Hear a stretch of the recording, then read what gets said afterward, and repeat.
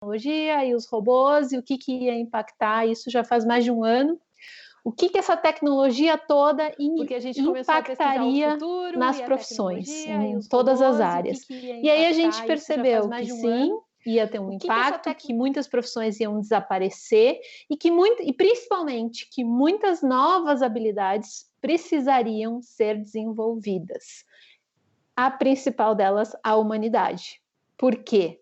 Porque se é para, né, tudo que não é humano, o robô vai ser melhor que a gente. Qualquer calculadora é melhor do que um ser humano, que dirá uma tecnologia super avançada, super desenvolvida.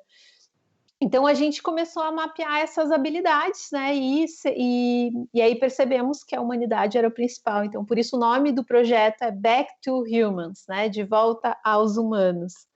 E agora, com a pandemia, o que a gente observa é que tudo aquilo que se colocava como tendência para os próximos 10, 20 anos, de repente deu uma acelerada assim, fulminante, e tudo que a gente colocava como habilidade imprescindível para o futuro, como, por exemplo, se comunicar bem, a gente percebe que agora é fundamental, né?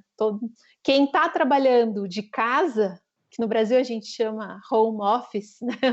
Quem fala, os anglófonos, eles não usam esse termo, eles usam work from home, mas aqui no Brasil a gente inventou o home office. Quem está fazendo home office sabe muito bem a importância da comunicação, a importância de ser claro, de conseguir ensinar processos à distância. A gente já tinha mapeado isso, que o bom profissional do futuro seria uma pessoa que conseguiria passar processos, ensinar os seus colegas, aprender coisas novas todo dia e ensinar. E é exatamente o que a gente está vivendo agora. E aí focamos agora na educação, mas depois eu falo mais sobre isso. Eu queria focar nisso mesmo, nesse momento. Né? Então vamos.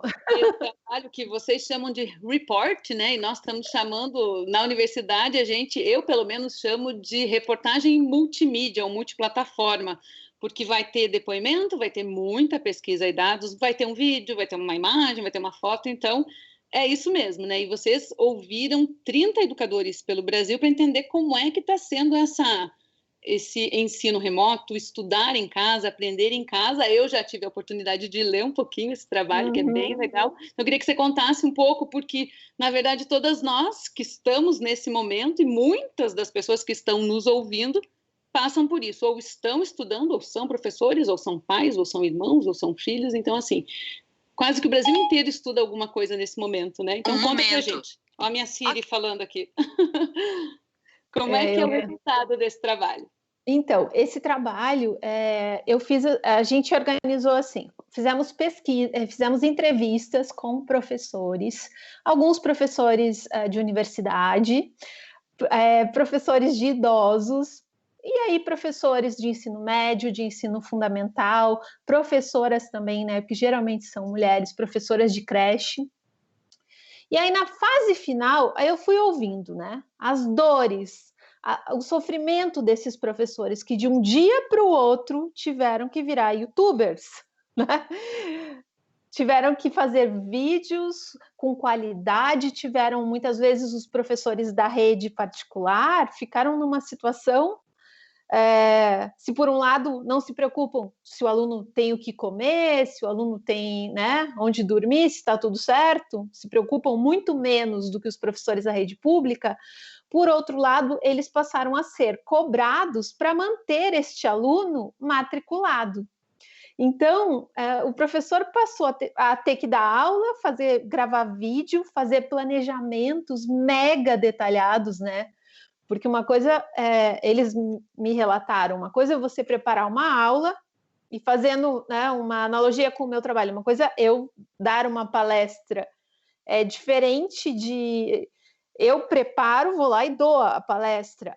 Agora, no caso da aula, que pressupõe uma interação maior, o professor passou a ter que fazer um planejamento para passar para os pais, as perguntas a serem feitas. Então, assim, o trabalho, ele aumentou de volume e ele adquiriu esse caráter de ter que gravar a aula, de ter que fazer coisas que muitos professores nunca tinham pensado em fazer, né? Obviamente não estavam preparados com equipamentos para isso, não era a função deles, né? Alguns já tinham um canal no YouTube, mas não era o padrão.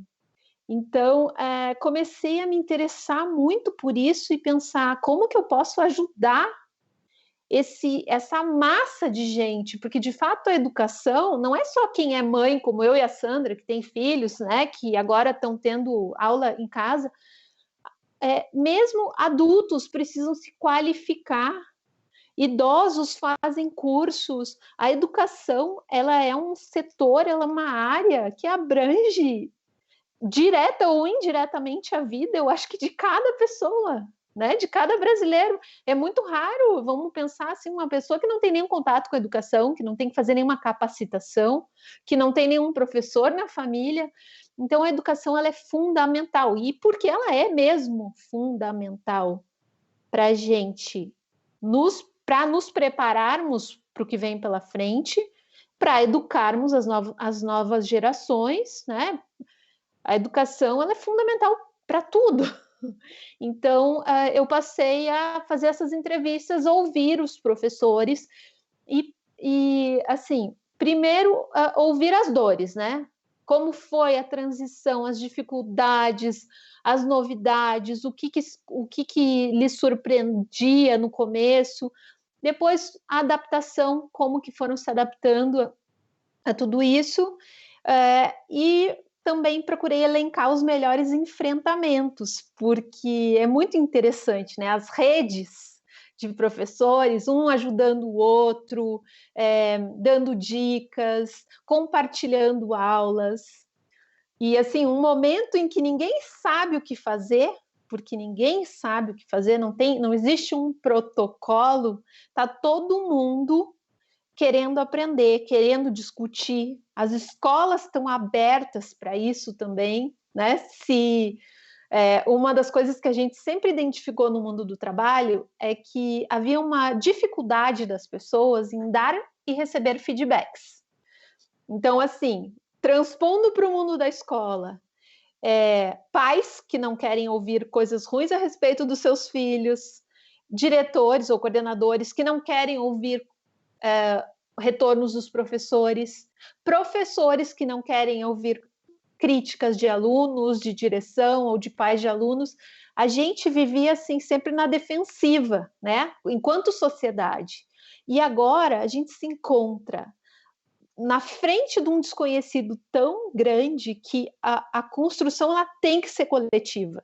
Se eu não perguntar para a criança o que está rolando, para o professor o que está rolando, para a coordenadora o que está pensando, eu não sei como melhorar as coisas, eu não sei para onde ir.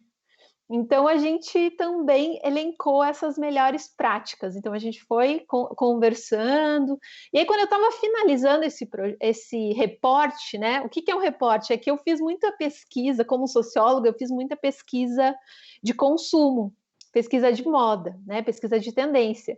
E aí, né, nesse meio do consumo, a gente chama de report, que é aquele relatório. É um relatório mais descolado, vamos dizer assim, com uma diagramação fácil de ler, e mais moderno, sem referências teóricas, assim, para qualquer pessoa que qualquer pessoa leia e entenda. E aí, esse reporte, a gente pensou muito em nomes e aí acabou ficando com o seguinte nome: Educar Fora da Sala, né? Porque é o que está rolando. Está todo mundo tendo que educar outro ou se educar fora daquele ambiente que a gente estava acostumado, super criticado, mas agora, né, a gente vê com tantas condições boas e propícias mesmo para o ensino, né? O professor, o aluno ali podendo conversar, os colegas, porque a gente aprende muito na interação com o outro também. E estar em casa sozinha é complicado, né? E é bem interessante porque uma das pessoas que a Ana conversou é a Sheili Calef, ela é comunicadora, atriz, diretora, E conversando com ela, ela me disse assim que esse momento de generosidade, como você se referiu, né, é um momento de generosidade. Nós, professores e professoras, deveríamos colocar todo o nosso conteúdo na internet. Então, se a gente conseguisse também fazer esses apontamentos de boas experiências para dividir com outros professores, seria sensacional. E muita coisa já está no YouTube aberta, né? Então, também é um momento de propagação de generosidade no sentido de um poder ver a prática do outro e tentar se inspirar para uma coisa melhor. Mas eu tenho uma outra pergunta para fazer agora. A Ana é colunista da revista Pais e Filhos e também é escritora. Ela já lançou 4 livros e 2 são best-sellers. Mamãe é punk e a mamãe é rock. E são livros que contam um pouco como é que é lidar com criança e depois com adolescente e trabalhando com conceitos que todas nós mães passamos e pais também, e dificuldades e angústias, enfim. E aí a minha pergunta é, nesse momento, essa mãe que está aí trabalhando remotamente, já trabalhava muito remotamente, né? A Ana já estava nesse momento. Como é que está se virando essa escritora? Está conseguindo dar conta de todas essas facetas que as mulheres precisam dar conta nesse momento? E dentro do isolamento, como é que o Covid afetou aí a relação dessa mãe escritora com a família? Tem algum livro vindo? Não. Sabe que logo que começou o isolamento, eu não posto muita coisa nas redes, né? Ó, quem tá aqui. Essa é a Aurora. Oi, Aurora, tudo bem, querida? Acabou de sair de uma aulinha. Muita gente falava, você não está escrevendo nada, você não está postando nada. O meu processo criativo ele passa muito por perceber e ler a situação, né, as realidades, para daí escrever alguma coisa, porque eu acho que quando a gente escreve, ou quando a gente grava vídeos, enfim, quando a gente dá entrevistas, tudo que a gente tira da gente e joga para o mundo tem uma responsabilidade. E nesses momentos de incerteza, me parece muito vazio ficar conjecturando ou fazendo grandes análises quando era 1 semana, 2 semanas de confinamento, não tinha nem o que falar, né? A gente tem que observar e entender o que está acontecendo. Mas aqui em casa, realmente, a gente já trabalha em casa, tanto eu quanto meu marido, a gente já tem essa realidade há muito tempo. Esses dias uma amiga falou assim, é que aí agora tem o Zoom, né? Eu falei, não, o Zoom já existe, há 4 anos eu já uso o Zoom. Então, assim, a gente já vive essa realidade de trabalhar em casa e fazer reuniões predominantemente via ferramentas digitais há muito tempo.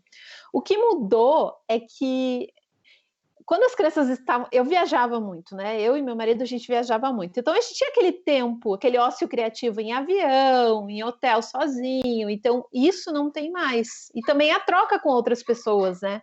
Que agora é tudo digital. E as crianças estarem em casa. Eu tenho uma menina de 7 e uma de 15. E elas estarem em casa 24 horas comigo... a gente foi entendendo como organizar os horários, né? Nós dois temos horários muito flexíveis, então para a gente é fácil coordenar isso. Mas eu acho que quem tem uma rotina mais definida até consegue também botar uma rotina mais definida nas crianças. Mas o fato é que, assim, agora tanto tempo já de quarentena que a gente percebe a divisão de tarefas para mim é sempre o segredo de tudo, sabe? É o segredo de qualquer casamento, de qualquer relação, de educação dos filhos. Não é porque eu sou mulher que eu tenho que fazer tudo aqui em casa. Eu nunca achei que eu era responsável por fazer tudo. Então é evidente que se eu faço uma coisa, outra pessoa tem que fazer outra e por aí vai, e as coisas vão se ajustando. Assim, é fato que a minha filha de 15 anos, por exemplo, ela não gosta de lavar louça, mas ela gosta de pendurar roupa, ela gosta de arrumar coisas tecnológicas. Se eu preciso fazer uma maquiagem, esse dia já pintou meu cabelo 2 vezes na quarentena. Ontem cortou o cabelo do meu marido. Então, é muito legal isso, de cada um dar a sua colaboração. Agora, com relação à produção de conteúdo, é complicado. É complicado porque a gente é interrompido, o fluxo, o pensamento vem, mas aí tu vai sentar para escrever, tu tem que parar 1000 vezes. Tu tem que resolver coisas da casa, é mãe. Então, eu acho que todo mundo está passando por isso, né? Todo mundo. Isso é interessante, né? Porque a gente está fazendo relatos que são comuns a todo mundo, a todos os cidadãos. Isso é uma coisa incrível, né? Um momento histórico incrível. Ó, a gente tem algumas participações aqui. A Maria Estefânia Aguiar, que foi nossa formanda, escreveu também um livro no TCC. Ela diz assim, livros maravilhosos, adorei, leitura leve, agradável, envolvente e necessária, por uma maternidade mais realista. Obrigada, legal. Maria, o seu livro também é maravilhoso, eu espero que você consiga publicar. E Luísa Marques, Ana, você se considera uma mãe jornalista ou uma jornalista mãe? E daí já vou aproveitar a Ariane Ramos dizendo que ama esse tema e gostaria de saber como ela lida com a cobrança de ter que dar conta de tudo, que eu acho que você respondeu um pouquinho, né?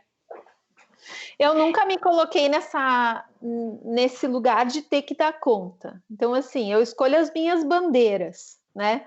A Sandra viu um pedaço daquela live anterior que eu fiz hoje na Pais e Filhos, e assim, eu gosto de cozinhar.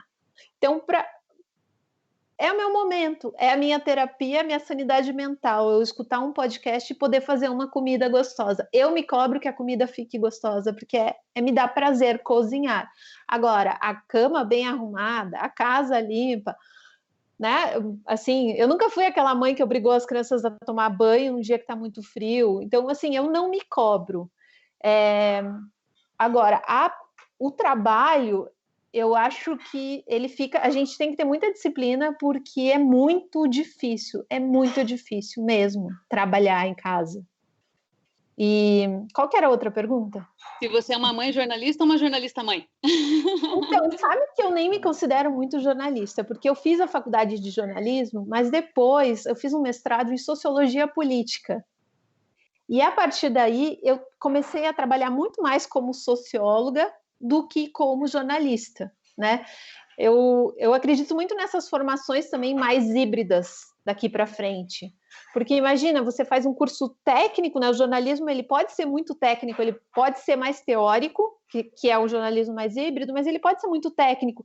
E se você vai estudando outras coisas, você acaba ficando com uma visão mais sistêmica, né?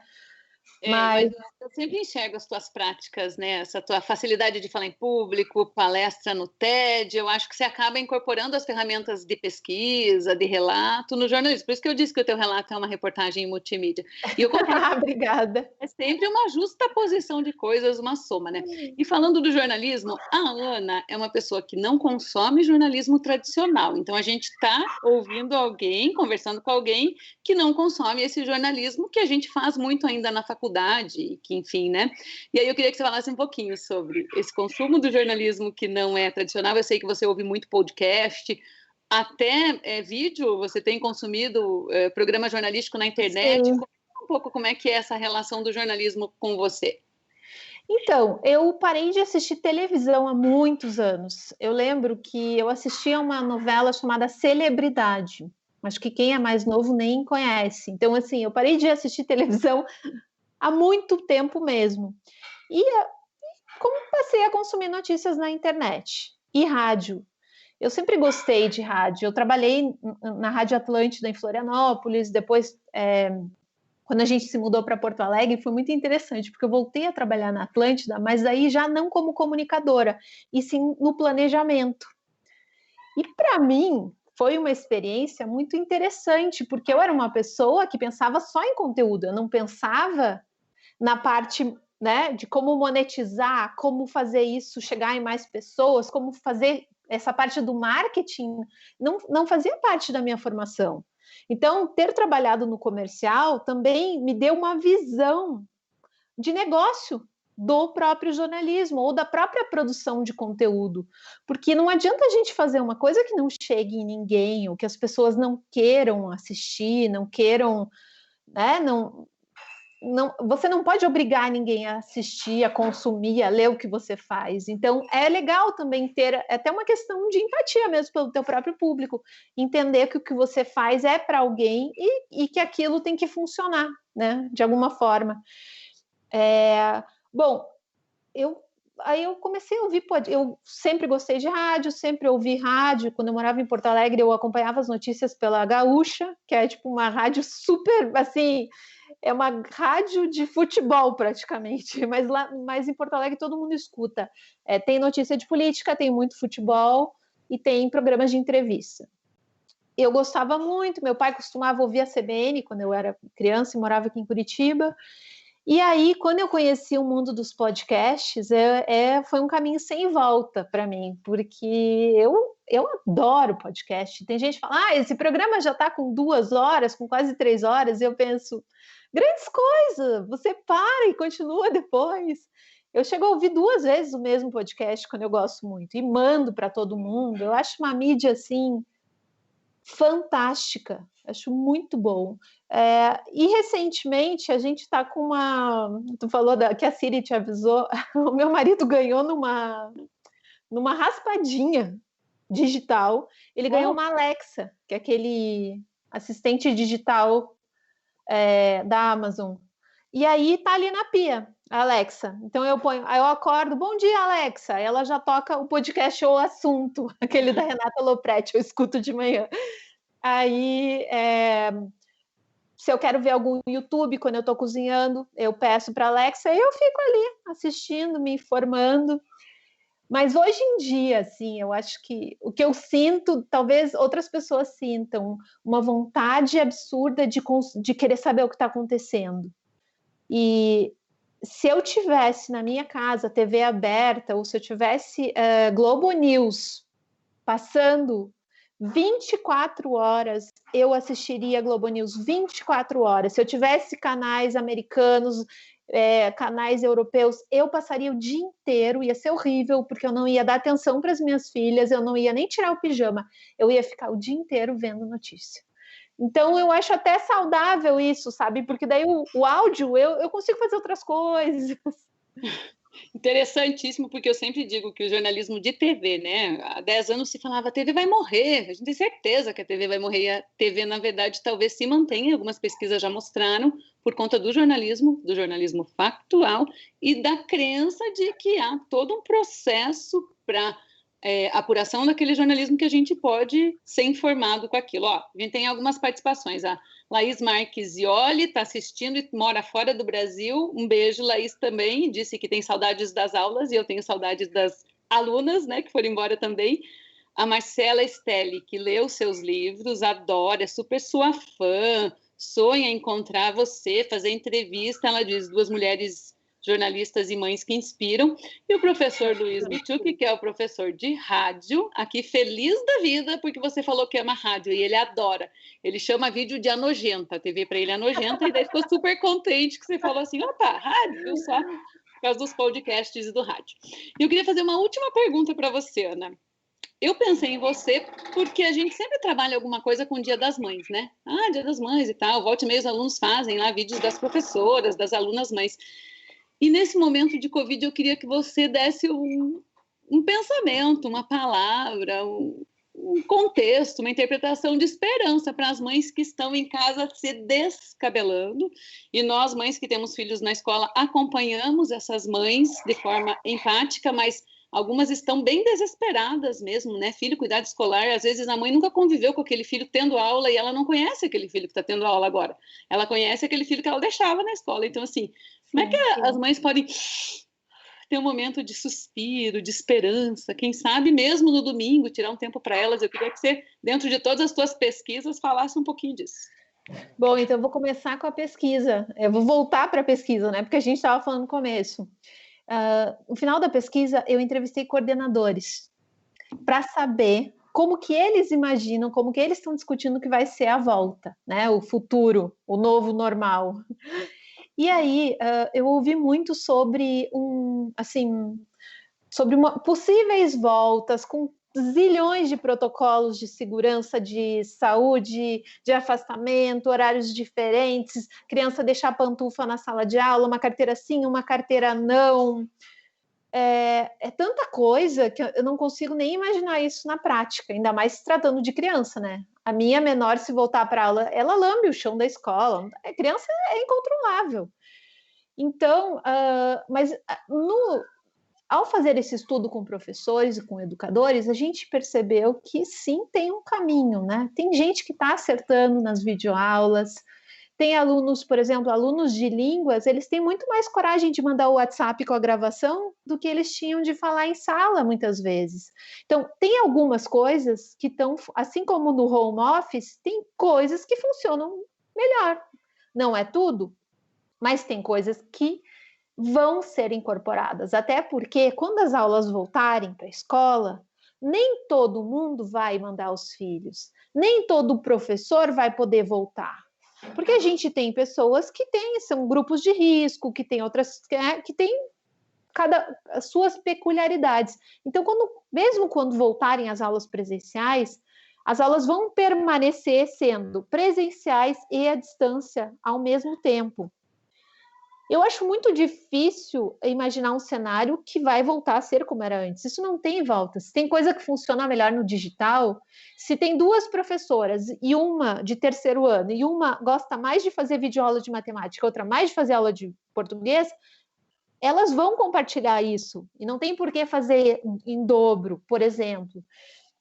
Então, eu acho assim, o que eu tenho para dizer para as mães desse momento? Tem horas que, né, tem momentos muito difíceis, as minhas filhas já são maiores, então eu estou falando, assim, de um lugar com um marido em casa, participativo, com meninas que já são maiores, que gostam de estudar. É mais fácil do que quem tem filhos menores, por exemplo, né? Mas eu acho assim, quanto mais a gente fica com as crianças e mais a gente educa, e ser mãe é uma oportunidade maravilhosa de ensinar para os filhos tudo de bom, as coisas mais incríveis que você aprendeu, que você ouviu, você pode passar para uma pessoa que te ama, que está ali com você. Então, assim, esse é o momento de a gente olhar para os nossos filhos e compartilhar nossas histórias de vidas com eles. E tem momento difícil, vai ter briga, vai ter choro, a gente às vezes fica muito cansada, fica mal, mas tem tanta coisa legal. E, no geral, as crianças, quando tudo isso passar, as crianças vão ter memórias maravilhosas. Para várias crianças, era o sonho da vida ficar o dia inteiro com os pais em casa, né? Sem tanto... As minhas filhas, elas tinham muitas horas, muitos compromissos. Claro que elas prefeririam encontrar os amigos e ir para a escola, mas, assim, elas não... Eu não vou dizer que elas estão tristes, porque elas não estão. Então, focar nisso, sabe? A gente está passando um perrengue, a gente é adulto, mas daqui a um tempo a gente vai ter saudade desses momentinhos. Olha que oportunidade, né, de conhecer, como a Sandra falou, os nossos filhos, assim, em profundidade. E quando bate o desespero, olha, liga a televisão, vai tomar um banho. Eu não sou muito de fugir dos filhos, o que eu faço é conversar e negociar. Vamos fazer assim? Agora eu vou fazer isso com você. Daqui meia hora, mostro no relógio. Eu vou fazer isso só para mim. Eu quero ler esse livro, eu quero ouvir esse podcast. E, assim, funciona, sabe? Uma criança de 1 ano, ela já tem discernimento para você ir conversando e explicando. O que não dá é que a gente querer que as crianças sozinhas se autorregulem e entendam o teu tempo sem você explicar o que você está fazendo, por quê. Mas tem que separar um tempo também só para eles, né? Sentar com eles, conversar, acompanhar a lição, ouvir o que eles têm para falar. Eles têm tantas coisas para falar para a gente, né? É sensacional. O meu filho outro dia entrou numa aula e eu estava falando sobre um tema que ele tinha feito uma prova, ele foi lá e comentou com os alunos aquele tema. Assim, isso jamais aconteceria, eu não sei se é certo ou errado, a gente não sabe nada de certo ou errado, mas as crianças estão aqui, né? Então é interessantíssimo isso. Ó, como você é muito generosa, eu vou colocar mais 2 comentários. A Fernanda Murari pergunta se você acredita que essa pandemia vai diminuir os movimentos anti-vacina. E a Dei Dias pergunta se você pensa em algum tema para o próximo livro. Eu espero que diminua, né? Porque, assim, eu tenho um irmão que é médico e ele falou assim, sabe, logo que começou a pandemia, ele falou assim, finalmente as pessoas vão entender que gripe você não pega porque está sem casaco, que você pega porque você entrou em contato com outra pessoa gripada. Então, assim, eu acho que tem tantas coisas que estão gritantes, né? Agora está todo mundo ansiando por uma vacina, não é o que a gente mais quer?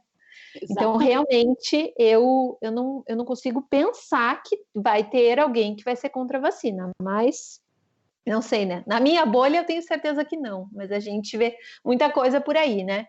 E com relação ao próximo livro, eu não sei, eu tenho produzido mais material para o Back to Humans mesmo, porque às vezes até essa coisa de falar de parentalidade, né? Seja assim, a gente, tanto eu quanto meu marido, a gente já escreveu tanto, a gente segue escrevendo colunas sobre isso, mas ao mesmo tempo as nossas filhas vão crescendo e tem muito mais gente falando sobre isso também, e eu acho maravilhoso porque o que vale para mim não necessariamente vale para os outros. Eu gostaria muito de escrever um livro de contos, porque eu já percebi que romance eu não tenho fôlego, eu não tenho disciplina. Eu já comecei 2 romances que eu desisti completamente. Então, eu gosto muito de contos, eu leio bastante livro de contos, até estou lendo um agora aqui, que está aqui do meu lado, esse aqui, ó, da Jhumpa Lahiri, uma indiana que foi criada nos Estados Unidos, é bem legal. Eu acho que conto talvez seja um caminho bom para mim, porque é, né, uma história e que é mais curta, assim. Mas eu recomendo. É Back to Humans com BR? backtohumans.com.br. A gente finalizou agora, editamos todo o reporte e vai ter 3 conteúdos extras. O podcast Café da Manhã dessa semana, que foi sobre educação à distância, fazendo um questionamento, será que é para todos? Porque a realidade é que muitas pessoas, a maioria dos alunos é da rede pública, e a realidade de muitas famílias é que tem família que ninguém na família tem nem celular, ou não tem nenhum acesso à internet. Então, assim, como assim querer que essa criança esteja sendo educada e validar isso, né? Tem uma série de questionamentos que eu considero bem pertinentes. O objetivo do meu estudo foi mais focado em professores particulares, porque foi o que eu entrevistei mais, principalmente para essa questão também da iminência de perder o emprego, de ter que garantir a matrícula. Eu dei muita voz a essas angústias deles, porque eu acho que isso precisa ser registrado, isso precisa saber. Os pais têm que ter noção do que os professores estão passando também e tem que ajudar. Aí um outro conteúdo extra é que eu pedi para youtubers, para atores, né, e para alguns professores que estão tirando de letra essa situação, gravar pequenos vídeos com dicas para os professores, porque às vezes, para quem já está mais familiarizado com o vídeo, é tão fácil, assim, às vezes é uma dica, né, pequena, a câmera tem que ficar parada, a câmera não pode ficar passeando. Vai na horizontal. Esse tipo de coisa. Então, e aí o Marcos também, ele escreveu um livro ano passado com o professor Gustavo Borba, da Unicinos, sobre a escola do futuro, e aí eles pesquisaram muito, várias metodologias, né? E aí o Marcos também fez um vídeo com dicas assim de como chamar o aluno na aula. Você está ali no Zoom, como é importante pedir para os alunos deixarem a câmera ligada, chamar o aluno pelo nome, fazer perguntas aleatórias. Então a gente produziu com carinho, tá? Esses vídeos, eles são bem amadores, as pessoas me mandaram pelo celular, não tem nada, não é uma super produção, mas tem dicas que eu acredito que possam ser bem amorosas para os professores. E aí eu pedi para uma amiga também, que é youtuber, a Real Mother, a Ellen Ramos, gravar um videozinho, e ela se inspirou e gravou um vídeo para o canal dela. Então a gente anexou o vídeo todo, que é maravilhoso. A Ellen, ela tem formação em cinema, então ela, além de ser atriz e trabalhar, né, ter um canal de sucesso, ela tem muita desenvoltura no vídeo, ela é muito boa, ficou muito legal. Então a gente vai lançar o reporte, né, um PDF com esses links para as pessoas terem acesso a todo esse material. Vamos disponibilizar, a princípio, no IGTV do nosso perfil do Instagram, que é Back to Humans Team. Mas eu vou mandar esse PDF também para, né, os amigos compartilharem, e vai dar para baixar no nosso site. Acho que amanhã, no mais tardar amanhã de manhã, está lá. Muito bom, presente para a sociedade. Ana, foi ótima conversa, muito obrigada mesmo pela gentileza, pela generosidade, e vamos tocando esse ano aí em casa, seguras, e pensando em fazer educação de qualidade, né? Brigadão! Tchau, muito obrigada, Sandra. Adorei nosso papo. Obrigada. Feliz Dia das Mães para todo mundo e para ti também. Para você também, para todo mundo que está assistindo. Obrigada por ter ficado com a gente também. E a gente se encontra de novo qualquer dia em outras lives. Tchau, tchau, gente.